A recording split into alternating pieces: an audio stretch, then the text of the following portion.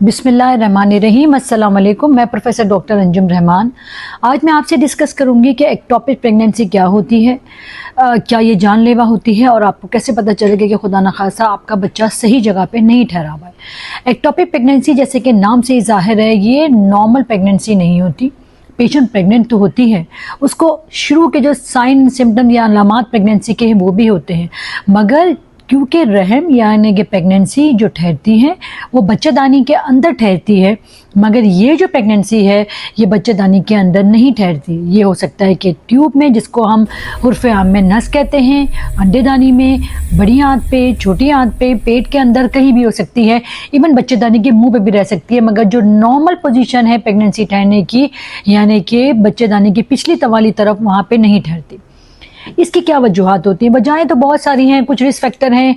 हो सकता है कि आपको सीवियर इन्फेक्शन हो, आपकी नसें प्रॉपर काम नहीं कर रही हों, या कोई और बीमारी हो जिसकी वजह से नॉर्मल प्रेगनेंसी नहीं ठहरी हो।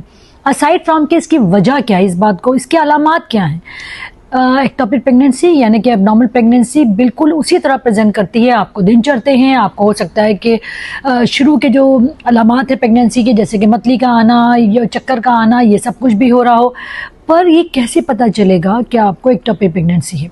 शुरू के कुछ दिनों में एक्टोपिक प्रेगनेंसी अनडायग्नोज होती है, नहीं पता चलती, मगर बाज़ दफ़ा शुरू में ही ऐसा होता है कि पेशेंट को नीचे नलों में शदीद तकलीफ़ रहती है, उसको बार बार तकलीफ़ होती है। कभी तकलीफ़ के साथ उसको हो सकता है कि चक्कर भी आए, उसको सिनकोपी यानी कि फेंटनेस के भी, फेंट होने की भी सिम्टम्स हो जब भी आप प्रेग्नेंट हो। इसीलिए कहा जाता है कि जैसे ही आपके दिन ऊपर चढ़ें, लाजिम है कि आप अपना खून के टेस्ट करवाएं, बीटा एचसीजी करवाएं, और उसके साथ अगर हो सके या ज़रूरी है कि आप अपना अल्ट्रासाउंड भी करवाएं।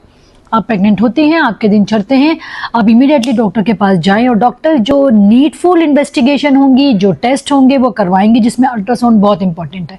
बहुत दफ़ा एक्टोपिक प्रेगनेंसी शुरू के दिनों में इवन अल्ट्रासाउंड पे मिस हो जाती है, मगर आपको लगते हैं कि आपकी अलामात तो वही हैं, मगर आपको नलों में परसिस्टेंट दर्द रहता है, और जब डॉक्टर अपने टेस्ट करवाएगा उसको काफ़ी हद तक खून के टेस्ट और अल्ट्रासाउंड से ये आइडिया हो जाएगा कि आपकी प्रेगनेंसी नॉर्मल प्रेगनेंसी नहीं है, बल्कि ये कि अब नॉर्मल प्रेगनेंसी है।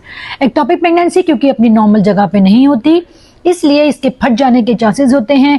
जैसे कि नस बहुत बारीक सी जगह है, बच्चा ठहरेगा, जैसे प्रेगनेंसी का साइज बढ़ेगा वो फट जाता है। अगर बड़ी आंत पे हो तो खुदा न खासा उसको नुकसान दे सकता है, अगर बच्चेदानी के मुंह पे हो तो उसको नुकसान दे सकता है। शुरू में ये नहीं पता चल सकता, इसीलिए ये ख़तरनाक इशू है, और यूजुअली पता ही जब चलता है जब वो रप्चर हो जाती है, पेशेंट को बेहोश होने लगती है, पेशेंट को शदीद तकलीफ होती है, और उसको फेयरनेस की हिस्ट्री आ जाती है, या इवन पेशेंट कभी कभार इतनी इंटर एब्डोमिनल ब्लीडिंग हो जाती है, यानी कि पेट के अंदर इतना खून बह जाता है कि वो शॉक में भी चली जाती है। अब इसकी ट्रीटमेंट क्या है? इसकी ट्रीटमेंट यूजुअली जब तक पेशेंट हमारे पास आती है, अगर वो फट गई है तो डेफिनेटली सर्जरी ही होती है। अगर पेशेंट के वाइटल्स यानी कि बीपी, पल्स, टेम्परेचर सही है, पेशेंट आई, हमने अल्ट्रासाउंड किया, टेस्ट किया, हमें पता चला एक्टोपिक प्रेगनेंसी है, और हमें लगता है कि ये प्रेगनेंसी इस साइज़ की है कि हमने ऑपरेशन ही करना है, तो बगैर चीरे के भी ऑपरेशन हो सकता है। ज़रूरी नहीं होती कि बड़ा चीरा है, लेप्रोस्कोपी से भी ये ऑपरेट हो सकता है। मगर अगर हमें लगता है कि पेशेंट का वाइटल्स गिर रहे हैं, यानी कि अंदर वो फट चुकी है, पेशेंट खुदा न खासा उसके लिए जानलेवा है, तो इमरजेंसी में सर्जरी की जाना ज़रूरी है। वेल, एक्टोपिक प्रेगनेंसी चाहे कहीं भी हो, ये एक डाइंग इमरजेंसी है, स्पेशली अगर वो रप्चर हो जाए।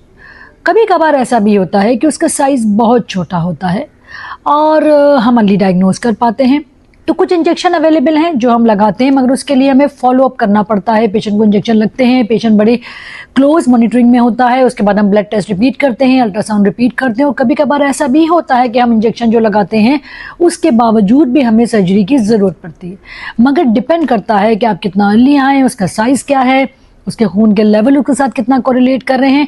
तो यूजुअली जो ट्रीटमेंट होती है वो सर्जरी पे ही एंड अप होती है। पेशेंट का बड़ा कंसर्न होता है कि जी हमारी ट्यूब फट गई है, एक ट्यूब निकल गई, या खुदा न खासा अंडेदानी में वो निकल गई, तो फिर अब तो नेक्स्ट टाइम प्रेगनेंसी हो ही नहीं सकती। ये बिल्कुल गलत कंसेप्ट है। इवन एक ट्यूब से और एक बच्चे अंडेदानी से, और आपकी बच्चेदानी अगर हेल्दी है, तो आप अपनी पूरी फैमिली को कंप्लीट कर सकते हैं। ज़रूरी नहीं होता कि जी अगर हम एक ट्यूब और एक ओवरी निकाल दें, जैसे डिपेंड करता है कि कहाँ पे वो ठहरा है, तो आपकी प्रेगनेंसी नहीं होगी। कुछ लोगों का ख्याल ये है कि ज़रूरी होता है कि हम अगर वो इंटेक्ट है तो हम ट्यूब को बचा लें।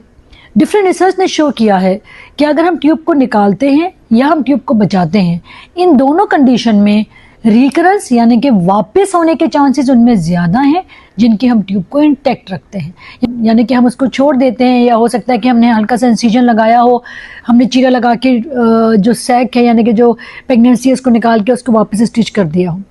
मगर बहुत दफ़ा वापस प्रेगनेंसी यहाँ ठहरने के चांसेस बढ़ जाते हैं जब हम इसको कंपेयर करें कि हमने ट्यूब को निकाल दिया। सो डोंट वरी, अगर आपका एक ट्यूब हेल्दी है, मौजूद है, दूसरे अंडेदानी भी हैं और यूट्रस नॉर्मल है, तो इंशाल्लाह आप नेक्स्ट टाइम अपनी फैमिली को पूरा कर सकते हैं। मगर शर्त यह है कि आप टाइमली आएँ, डॉक्टर्स को टाइमली दिखाएं, अपनी इन्वेस्टिगेशन टाइमली करवाएं, और मोस्ट इंपॉर्टेंटली अगर आपको कोई ऐसे सिम्टम्स होते हैं, आपको लगता है बार बार चक्कर आ रही है शदीद, आपको नीचे नलों में शदीद तकलीफ हो रही है, इमीडिएटली डॉक्टर के पास जाएं। इसी के साथ मैं आपसे इजाज़त चाहूँगी। Thank you very much. Pakistan जिंदाबाद।